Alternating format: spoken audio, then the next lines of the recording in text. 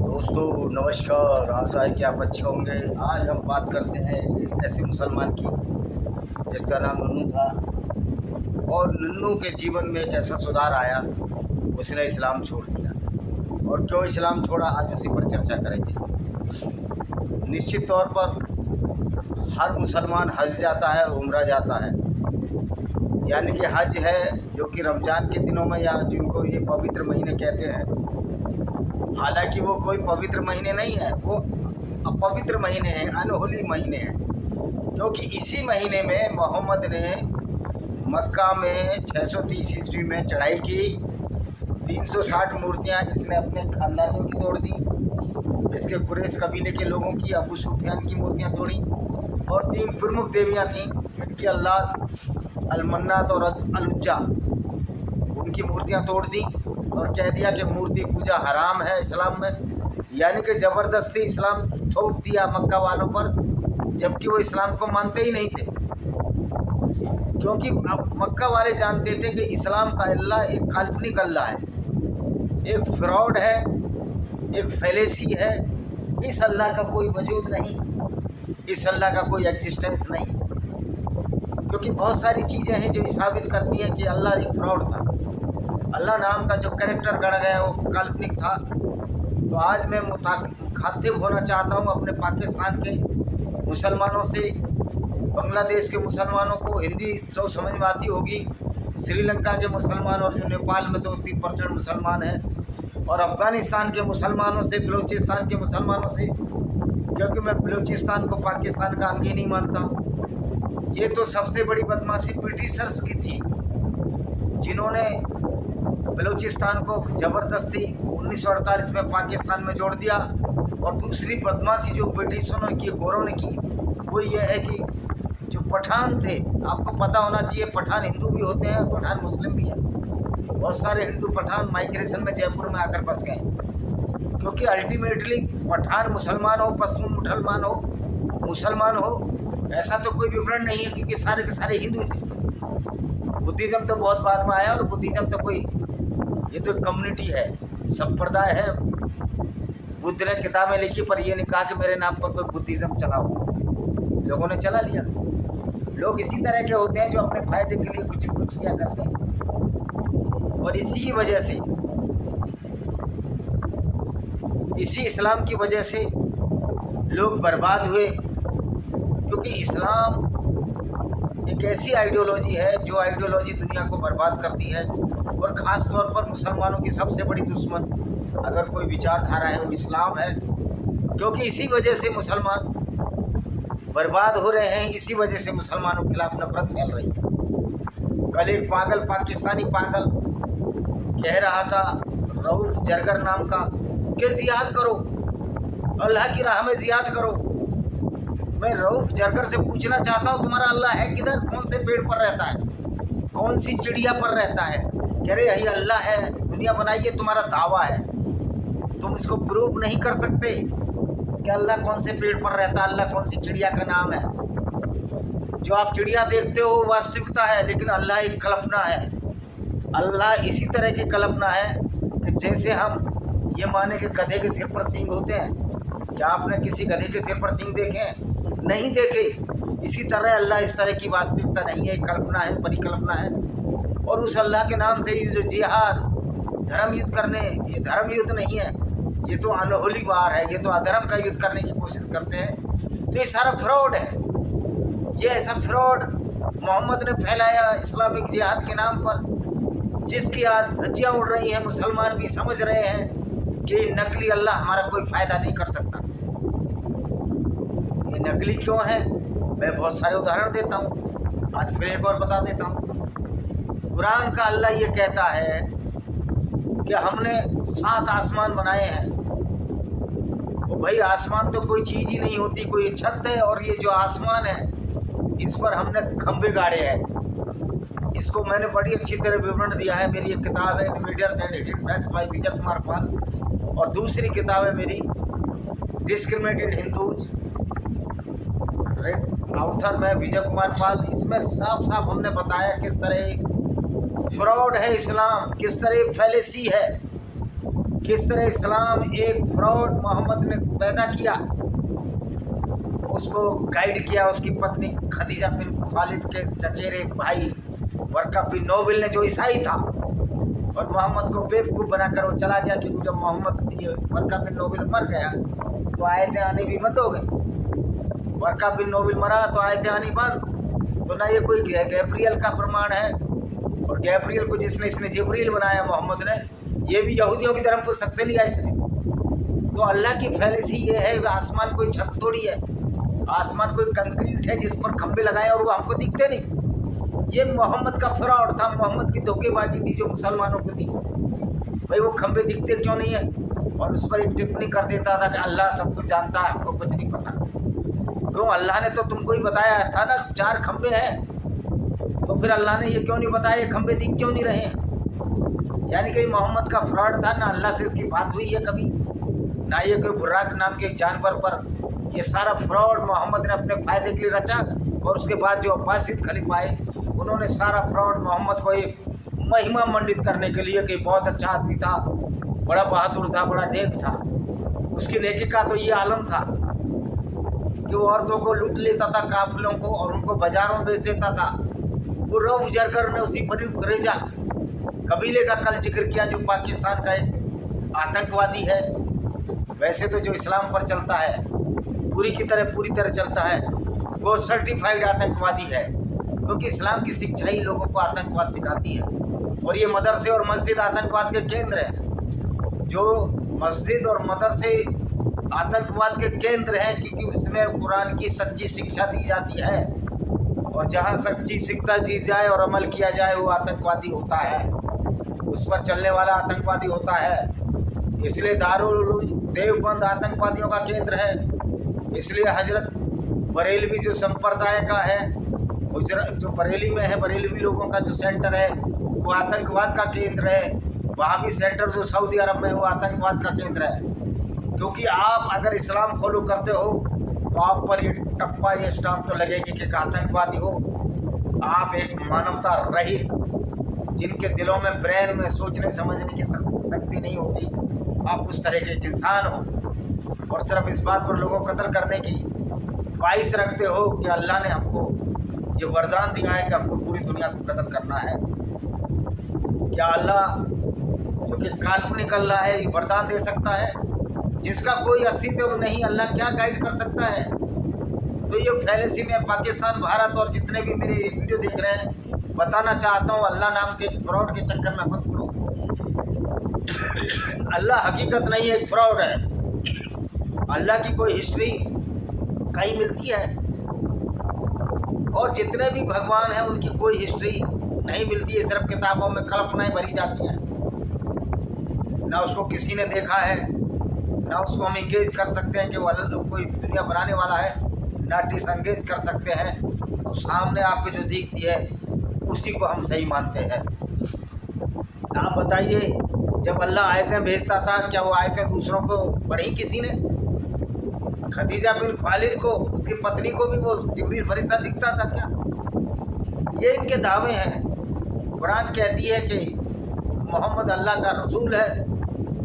जब इनसे पूछो कि मोहम्मद अल्लाह का रसूल है, ये कुरान कहती है, तो फिर अल्लाह कौन है? तो ये कहती है, कुरान कहती है अल्लाह सब कुछ है। यानी कि दावे पर दावे, कुरान के ऊपर दावे।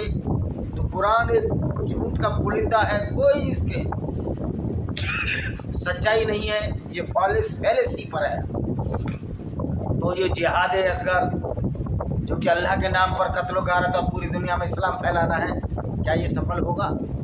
बिल्कुल सफल नहीं होगा, क्योंकि काल्पनिक अल्लाह के नाम से जो लड़ाई लड़ी जा रही है, इसको आज बहुत सारे मुसलमान समझने लगे हैं, और पूरी दुनिया में इस्लाम छोड़ने की एक सुनामी आ गई है। और जो जाकिर नालायक जो झूठ फूट बोलता था, लोगों को बेवकूफ़ बनाता था, तो कुरान में इस बात का जिक्र है कि अल्लाह धरती चपटी है। वो भाई इस तरह की कोई कुरान में आयत नहीं है कि धरती चपटी है, पर कुरान में ये आयत है कि धरती स्थिर है और सूर्य उसके चारों तरफ घूमता है और धरती कागज़ की तरह फैली हुई है। तो ऐसी फैलेसी, ऐसे झूठ और पाखंड, तो क्या यह जिहाद सक्सेसफुल होगा? भारत ने इतनी मिसाइलें इनके ऊपर मार दी, कोई अल्लाह ने इनकी मिसाइलें नहीं रोकी, इनके जगाई पहाड़ के तबाह कर दिए जहाँ इनका परमाणु खजाना था, इनकी किराना पहाड़ी को तोड़ दिया गया और उस ब्रह्मोस मिसाइल से तोड़ा जो 10 फुट तक अंदर घुस जाती है, जो आज भी सुलग रहा है। उन्होंने भारत के कौन से तैयारे बोलते हैं हवाई जहाज, कौन से हवाई जहाज गिराए? जब हवाई जहाज बाउंड्री क्रॉस ही नहीं की, न पाकिस्तान के हवाई जहाज 42 उड़ रहे थे, न भारत के 75 जो उड़ रहे थे, तो फिर कौन सा तैयारा उन्होंने मारकर कौन सी मिसाइल छोड़ी? और जो मिसाइल छोड़ी वो तो सारी इंटरसेप्ट हुई। तो इस्लाम झूठ पर पलता है। इस्लाम एक ऐसी आइडियोलॉजी है, झूठ और कल्पना के नाम पर लोगों को बर्बाद करने की कल्पना करता है।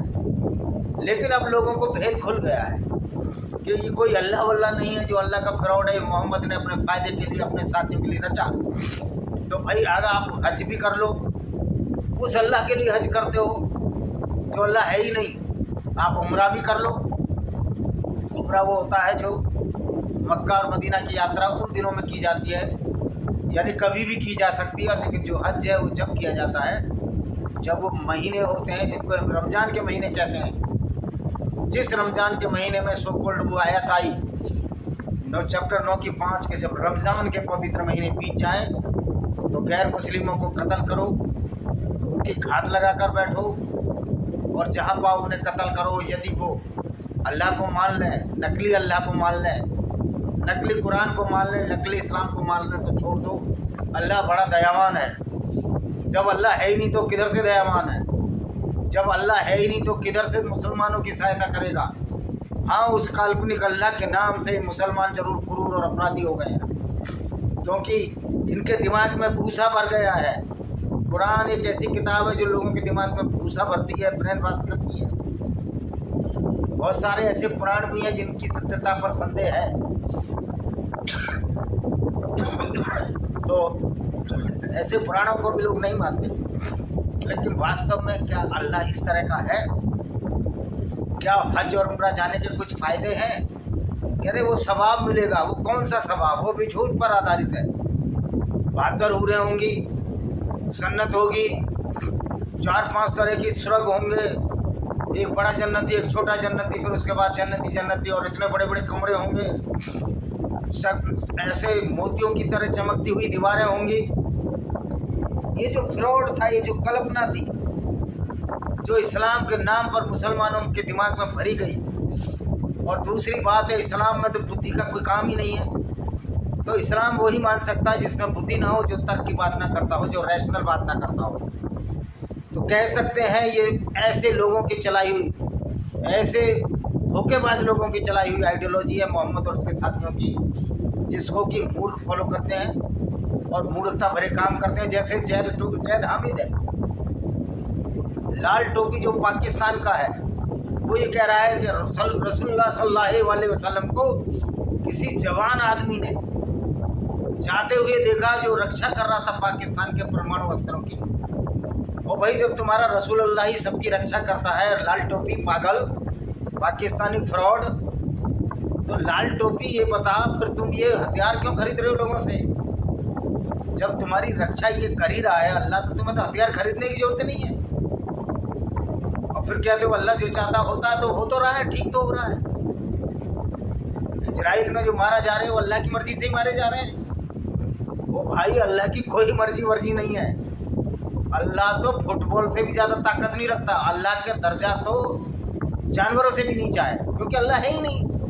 और जो अल्लाह है ही नहीं उसका दर्जा ऊंचा नीचा क्या हो सकता है?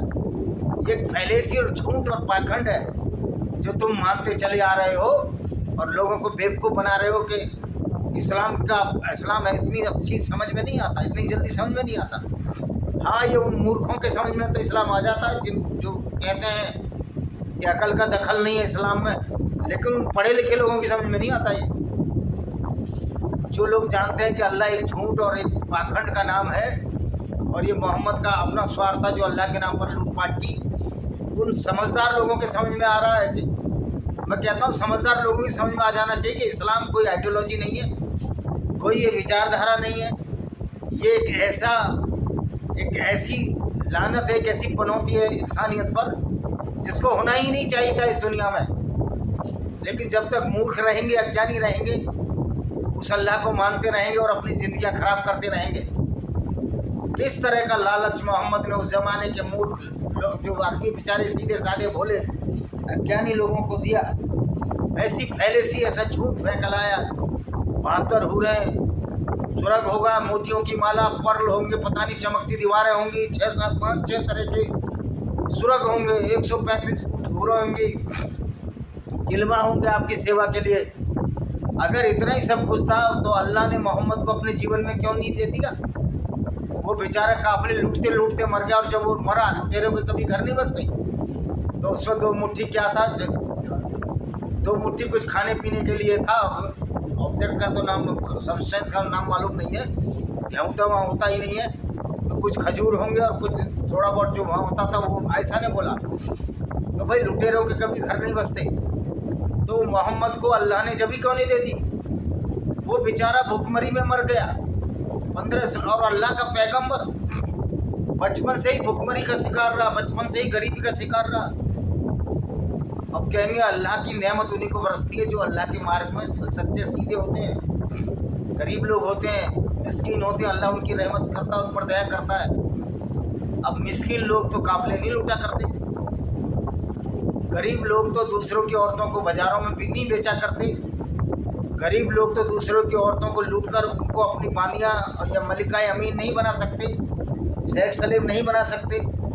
तो ये गरीब लोगों का तो काम नहीं है। अगर गरीब लोग भी इस तरह का काम करते हैं तो वो राक्षसी प्रवृत्ति के कहलाएंगे जाएंगे। जब आज लड़की लूटने वाले के खिलाफ सजा है, उसको गोली मार दी जाती है टांग में योगी की सरकार द्वारा, तो क्या मोहम्मद के जो इतने बंदे हैं, क्या इस पर कोई रोक नहीं लगनी चाहिए कुरान की आइडियोलॉजी पर, जो अच्छे भले मुसलमानों को अपराध की तरफ ले जाती है? अच्छा भला तो मुसलमान अच्छा भला हो ही नहीं सकता। अगर वो इस्लाम को मानता है तो अच्छा इंसान हो ही नहीं सकता, ये गारंटीड बात है।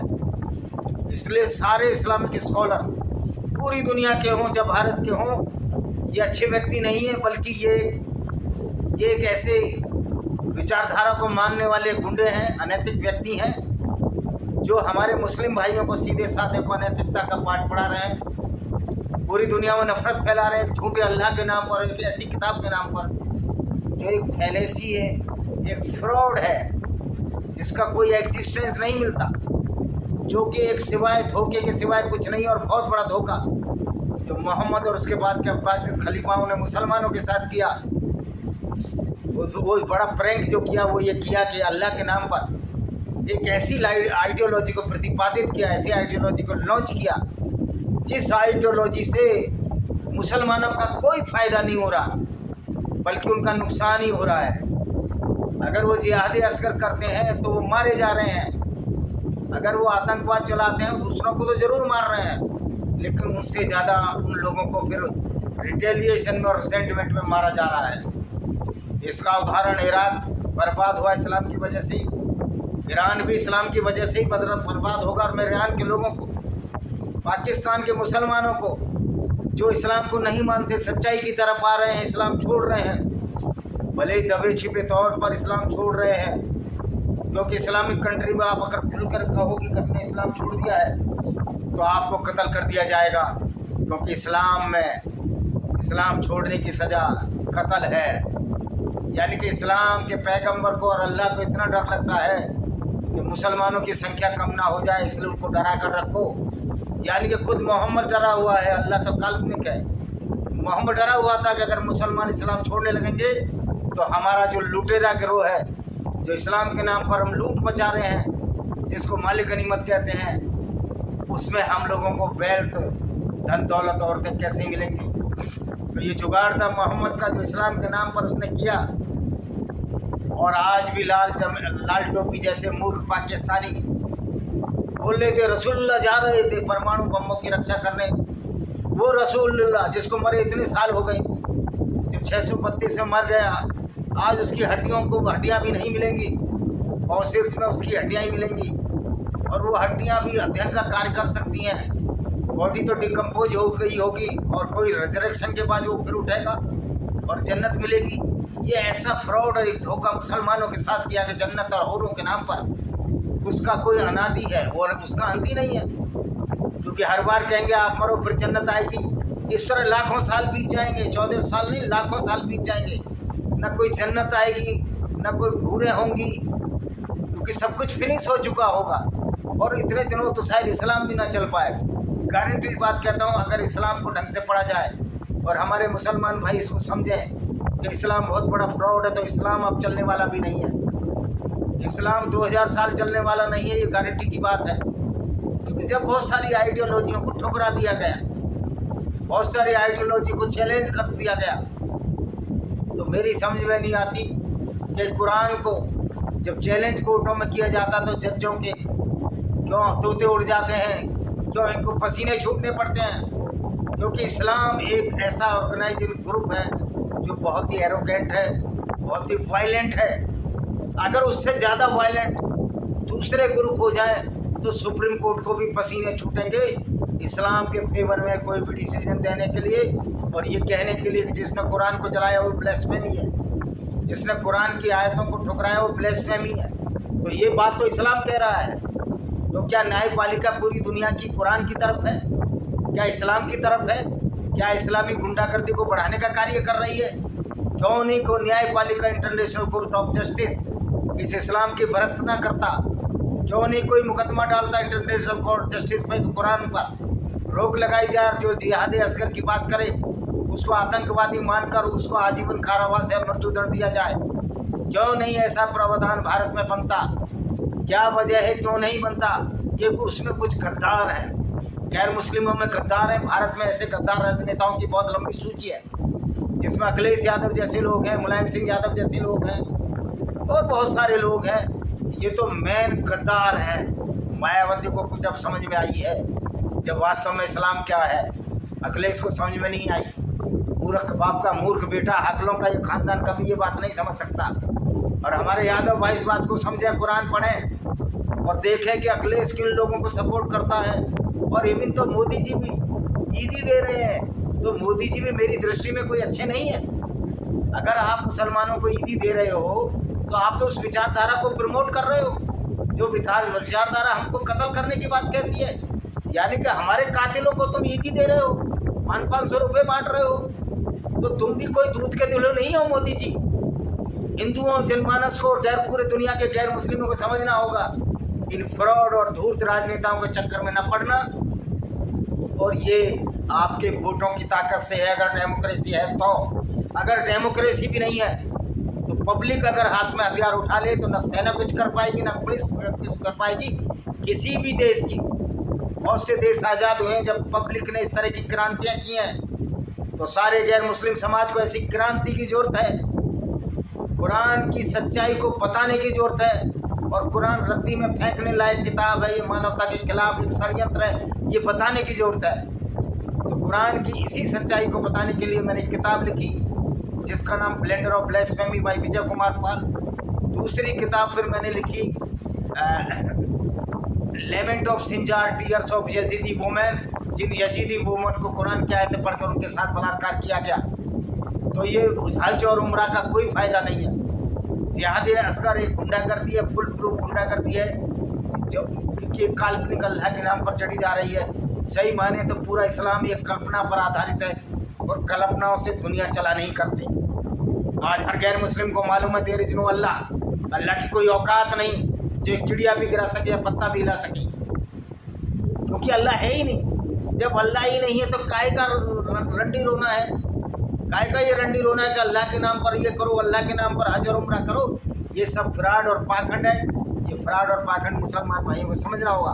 कुछ लोगों को बुरा लग सकता है जिनको रोजी रोटी चलती है, लेकिन हम तो समर्थ शांति की बात करते हैं। और ऐसे गुंडे, राक्षस और बदमाशों की हमें परवाह नहीं जो हमको गालियाँ दें, क्योंकि हमको मेजोरिटी को बचाना है। ऐसे रेडिकलाइज लोग जो 20% से कम पूरी दुनिया में इस्लाम है, और उसमें भी जो पूरे इस्लाम को फॉलो करते हैं, जैसे तालिबानी गुंडे जो अफगानिस्तान में शासन कर रहे हैं, या यूनुस नाम का गुंडा जो बांग्लादेश में शासन कर रहा है। और यूनुस तो इतना पढ़ा लिखा आदमी है, तो ये जब पढ़ भी लिख भी जाए ना तो इनको कोई अकल ही नहीं आ सकती, क्योंकि कुरान पढ़ने से इनकी अकल उड़न छू हो जाती है। तो कुरान में पहला जुमला यही होता है कि ईमान में अकल का दखल नहीं, बस माने जाओ, हो ना हो तो ये भी मान लो। फिर हम बताते हैं तुम्हारे अल्लाह से ज़्यादा ताकतवर हम बताते हैं तुम्हारा अल्लाह कुछ भी नहीं है। अगर आप आतंकवाद करोगे तो 72 हुर्रे भी नहीं मिलेंगे और फोकट में अपनी जान गंवा दोगे। इसी के साथ हम इस वीडियो को विराम देते हैं। वंदे मातरम, जय हिंद, आपका देश।